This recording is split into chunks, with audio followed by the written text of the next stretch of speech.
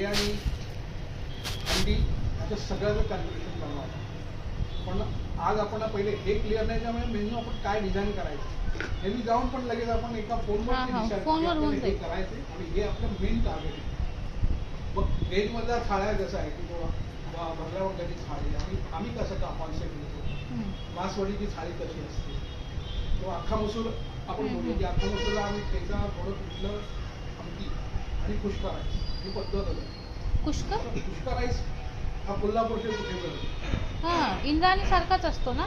आता तुम्ही मसाले भात आपण मसाला भात जो आहे त्याचा खाली बेसला हे करायचा, अच्छा, गरम मसाला करायचा, तो खालीच राहतो आणि त्याच्यावरती आपला नॉर्मल आहे थोडं तूप टाकून आणि हिरवे वाटाणे आणि फ्राय केलेलं काम अप्रतिम राईस. त्याला काय म्हणतात, कुष्का राईस. अच्छा, आपण ते सगळं त्याच्यात घेऊया, लोकांना ते नवीन काय आहे काहीतरी.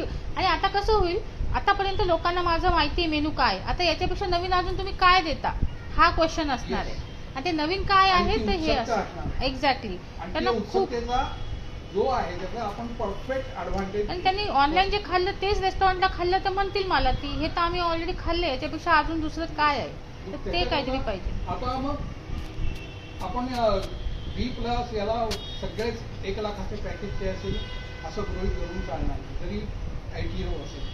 आपला क्राऊड हा सगळा पैकी आहे, म्हणजे 50,000 पगारवाला असेल तर 1-2-2.5 लाखाचं पॅकेज असणं हा सगळा मोठा क्राऊड सगळं आहे आणि सगळ्यांना ह्याचे अट्रॅक्शन होणार.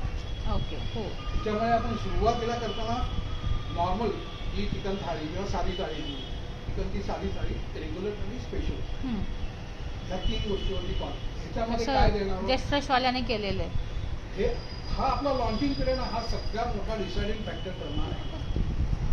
आपला 6 महिने हा सस्टेनेबिलिटी फॅक्टर जो असतो हा 180 दिवसाचा असतो पूर्ण कुठलाही. जसं एक कंपनीमध्ये तुम्हाला प्रोफेशनली काम करता 180 दिवस काम, बिकॉज आपल्याला काही माहिती नाही त्याच्यामध्ये काय पोटेन्शियल काय ह्याच्यात करता असतो. तसाच व्यवसाय हे करतो, ते ठराविक त्याचा प्लेस असा पण असेल की आपल्याला जसं तुम्हाला अनुभव आला सेम आपल्या रेस्टॉरंटला पण होऊ शकतो की अरे एकदम चांगलं आणि आपल्याला केलं. वी विल मेक शुअर हे असं मी जे तुम्हाला आता सांगितलं ना, आमच्या सोबत झालं होतं पहिल्याच सॅटर्डेला, जे आम्हाला पेलवलं नाही. तशी मिनिमम जी आपण 13 लोकांची किंवा 14 लोकांची आहे का नाही त्या यानेच ठेवलेली आहे. आय मेक शुअर की बाबा सगळी ताटं, म्हणून मी म्हटलं ताटांची ऑर्डर देताना आपण तशीच द्यायची. 50 टेबल चालले, 50 फुल झाली तर 50 धुवायला असली पाहिजे आणि 50 रेडी. नाही, पूर्ण 150 ताटं देऊ. कारण ती जे आहे की धुणं आणि येणं हा जर झालं तर सगळं सिस्टम बदलून नाही 50 टेबलवर 50 रेडी आणि 50 वॉश करायला, अशी 150 ताटं आपण घेऊ.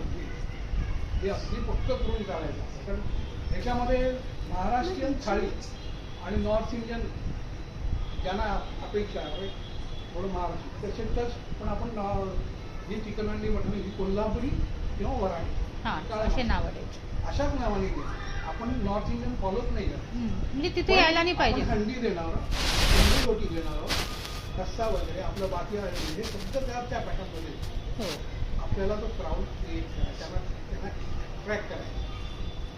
त्यांना नॉर्थ इंडियन खायची त्यांना याची लज्जत कळायला आपण तो कस्टमर वाढवायचा तिथे आपण सक्सेसफुल व्हायला पाहिजे. आता जर 30% आहे ना तो 70%वरती होईल. रिपीटेड गेस्ट याला जेव्हा आपण पूर्ण सॅटिस्फॅक्शन देतो तेव्हा ते रिपीटेड 10 लोकांना. कुठलाही नॉनव्हेज आपण वैयक्तिक जर म्हणलं तर आठवड्यात 2 वेळा एक वेळ चालेल. कुठलाही मला आठवड्याभर खाईल तो नाही. तसं बंगाल वगैरे लोक त्यांना रोजचं त्यांचं मेन फूड, भातात पाहिजे, त्यांचं मेन फूड आहे. असं आपलं नाही महाराष्ट्रात तसं किंवा इतर ठिकाणी विकली वन्स ऑर ट्वाइस. किती फूड लवर नॉनव्हेज लवर असेल तरी विकली ट्वाइस खाऊ शकतो.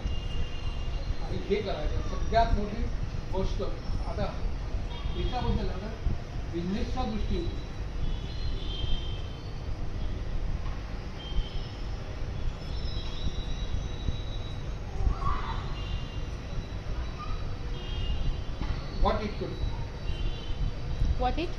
what it could be व्यवसायाच्या दृष्टीने काय मला काय म्हणायचं एकदम गोष्ट आहे का? घेऊन ये जा.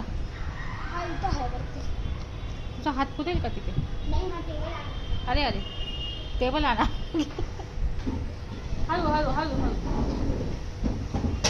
हळू.